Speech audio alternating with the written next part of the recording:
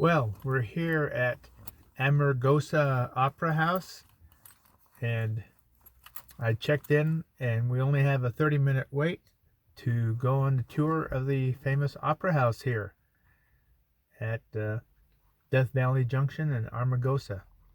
So we're going to hang out here and wait 30 minutes and then go on a tour of the famous opera house. So, what do you think, Kate? Yeah, Kate. Sarah's looking for birds as usual in the back. So I'm going to go into the Amargosa Hotel here and look around and then give the dogs a little walk while we're waiting to go into the opera house. So, all right. So here we go. So let's go into the main lobby of the Amargosa Hotel.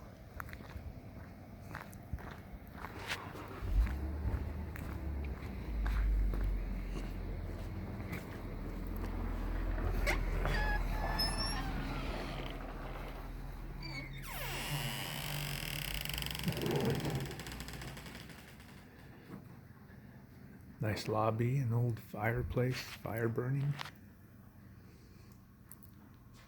Some of the paintings.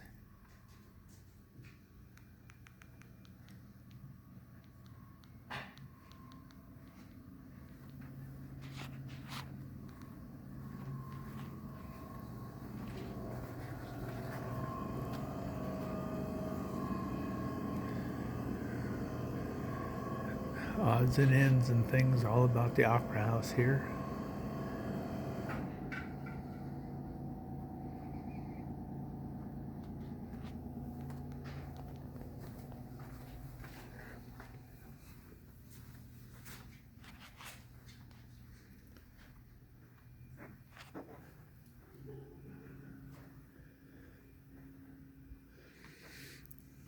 Roll top tables.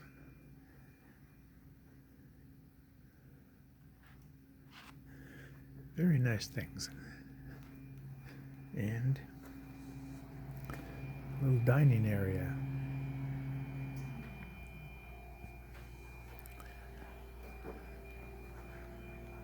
Lots of paintings on the walls.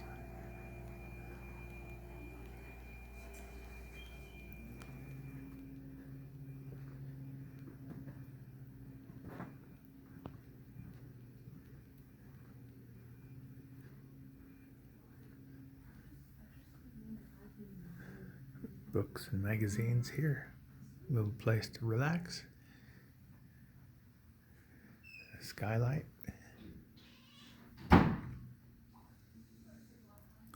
Lots of history here. Yes, we had all the So,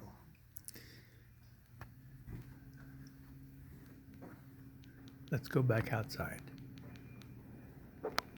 Just to give you an idea, this place is pretty darn large and really spread out. The opera house is way over there in that last block. And I always thought this place was closed down and defunct, but I guess they've recently brought it back together as a full-fledged hotel now. There's people there with their little pod. They're from Minnesota on their plates. An old, what used to be gas station across the street.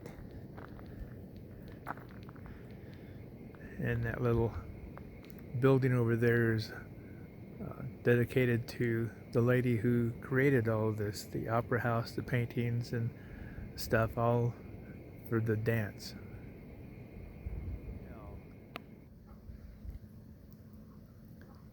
And they have a plaque here, Death Valley Junction. This historic crossroad has been used by Indians, campers, Death Valley 49ers, ranchers, farmers, settlers, and tourists. The town was originally called Amargosa. In 1907, the name was changed to Death Valley Junction.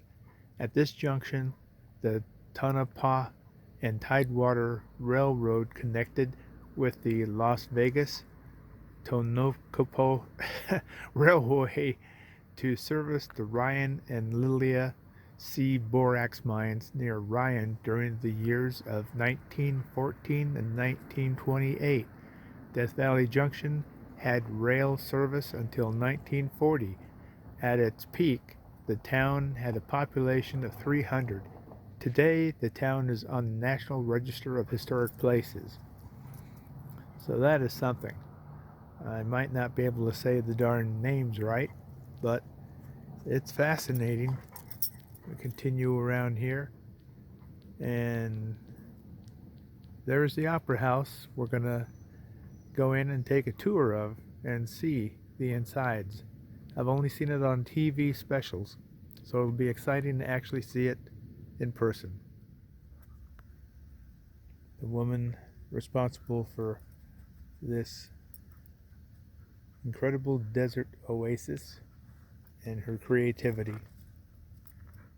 Just waiting outside the entrance to the Amargosa Opera House for the tour. But I saw this sign and thought it was pretty interesting. The woman was very talented. There's a plaque on the opposite side of the Opera House. I don't know if you could see it, it's in the shade right now, but it's the Amargosa Opera House. This building was originally built by the Pacific Coast Borax Company in 1924. The original name of the facility was Corkhill Hall and was the social center for Death Valley Junction between 1924 to 1948. Between the years of 1948 to 1967, Corkhill Hall was abandoned as Death Valley Junction began to decline.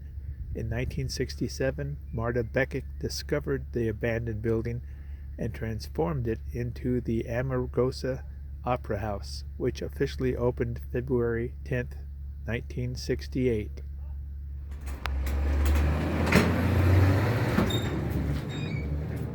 Let me go turn on the light Okay. so you can get pictures. 1 second. Holy moly, it's freezing. Yeah. Heater on.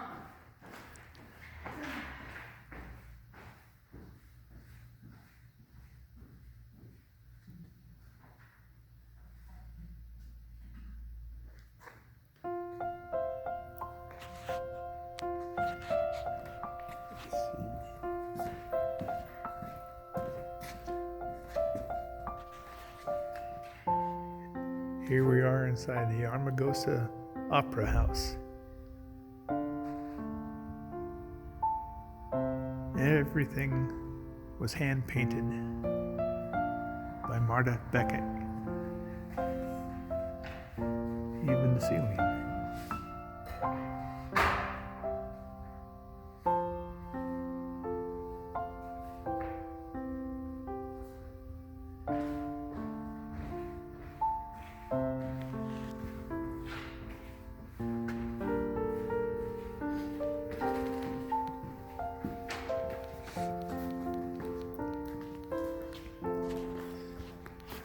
Walk up here to the front stage.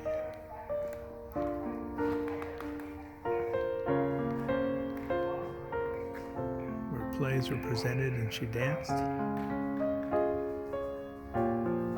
there's what kept the room warm for the people watching.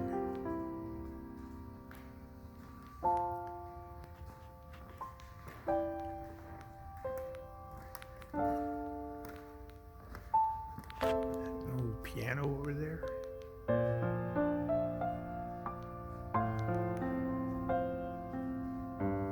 Stage.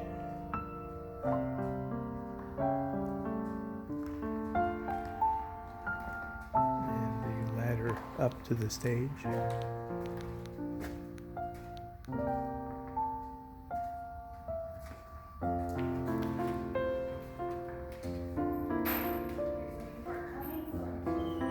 Okay. Oh. Now that made a big difference on how it looks. See how with the light, it actually pops out more when you have the door open. So she hand painted all of this. Yes. It took 4 years to paint the walls, 2 years to paint the top. Yep, all by herself. So when she wasn't performing, she was painting. Wow. Especially during the summers, because in here during the summer, there's no air conditioning. You can't cool it down. Oh yeah. So it was too much. So what she would do for painting during the summer was she would hose herself from head to toe down and paint. And when she dried off, she'd start all over again. Yep. So it originally started at the borax miners mines, okay? Mm-hmm. So what happened is they didn't have any living arrangements out here for them at all. They were being treated really bad and poorly. So they ended up going to the press about it. It was sent out, you know, so we were like, oh my God, we can't have this, it's so bad. So the poor people decided to build this hotel. It actually was a town within itself, literally.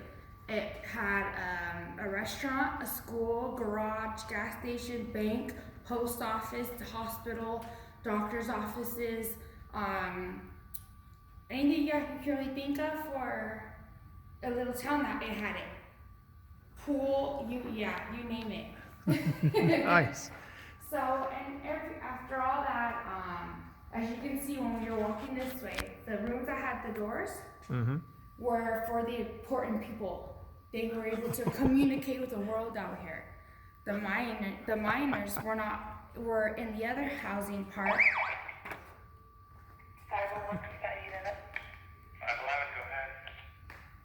Where are you? Near the big gate. So, where was I at? For the nonprofit organization, when they donate, she put a plaque right here on each seat for anyone that donated.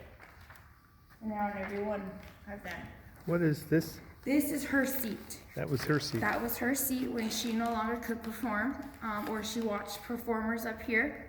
She would sit right there, next to the heater, because she was always cold. Yeah, that's for sure. Yeah, just go stand by, you'll feel. I mean, you can Yeah, feel from here, but when you're cold, oh man. That thing puts out a lot of heat. Yes, it does. So like I said, this is her audience. In the beginning, she didn't have audience, but she still performed. She did not miss one performance. Not one. Yep, so no matter what, she always had an audience to dance to. So like I said, she came across all these people. You got the clowns of circuses up there, the court, the king and queen, the nuns, the women of the night, the gentlemen, yeah, you name it. They're like, it's like a Egyptian, like a gypsy kind of theme as well, as you can see. Right back here, she ended up going back to New York for her 2 cats. Oh. Okay, so right back here in the corner is the black cat named Tuxedo. It is a girl. So if you go closer, you will able to see her babies. And if you can't see it with the eyes, no one really can tell, you have to take a picture of it with the flash. Oh, okay. And then we have her other cat right over here. The name of this one I keep forgetting. But if you noticed in the hotel, did you see 2 cats? Yeah. Okay, so they are black and white, that color. Exactly, but this is the thing. They're not from her. We don't know where they came from, kind of like. They ended up being here, and it's crazy. They ended up being a black cat and that kind of cat. So they're the exact same ones. Yes, so this, and then this part. This guy right here, this one right here, okay? So he ended up wanting to donate. And since he was donating, she told him she will record, she will paint him on the wall, right? Yeah. Now he ended up changing his mind. But he would bring people and be like, oh look, I'm painted on the wall, so on. So what she ended up doing is painting him with a carrot nose. So when he would, yeah. Yeah. Oh, that's funny. Yes. She got her revenge. She did. Oh.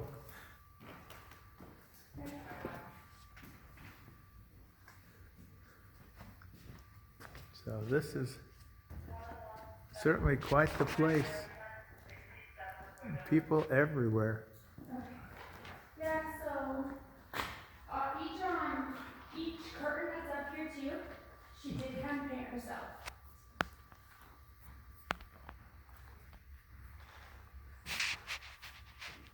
We're just a few minutes from Amargosa and the Death Valley Junction and Cutoff, and we're here at RV'N, the town side of RV'N, which is now called the Pads. And there's like 24 or more cement pads that are left here where the miners used to put their homes that were working in Death Valley early in the 20th century, I believe. But it's free. It's outside the state park or national park, and as you can see, it's got level pads, plenty wide, and people have made camp fire sites out of them. And that's the main drag heading into Death Valley National Park, going that way. So, always looking for a free place to stay, I decided to camp here for at least tonight instead of going into Death Valley and paying for campsites. So it ought to be a beautiful night, star-wise. Got big mountains right in front of me, so we'll wait and see. The area seems to be very clean. Of course, there's broken glass everywhere, but this is appears to be a much cleaner place than I've been told. So the dogs are happy with it. They've got a nice place to get out and exercise, and the blacktop is in fairly good condition considering the other roads around here that are the main drags. But we're going to kick back and enjoy this place for a while, at least for the rest of the day and tonight. I'll decide tomorrow if I'll stay here another day. I'm in no hurry to go anywhere. No timetables, no rush. So we'll wait and see. Sarah's ear flapping in the wind like that reminds me of the TV show The Flying Nun. Huh, Sarah? Yeah. Them ears just flapping. Kate, you're looking at this toy here. Sarah's just sitting here on the pad. Wind's flapping in her ears, just waiting for dinner time. Oh, that got your attention, huh, Kate? Yeah. Okay. Well, we got a little longer to wait. Oh, she's striking a pose now. Oh, such a redhead.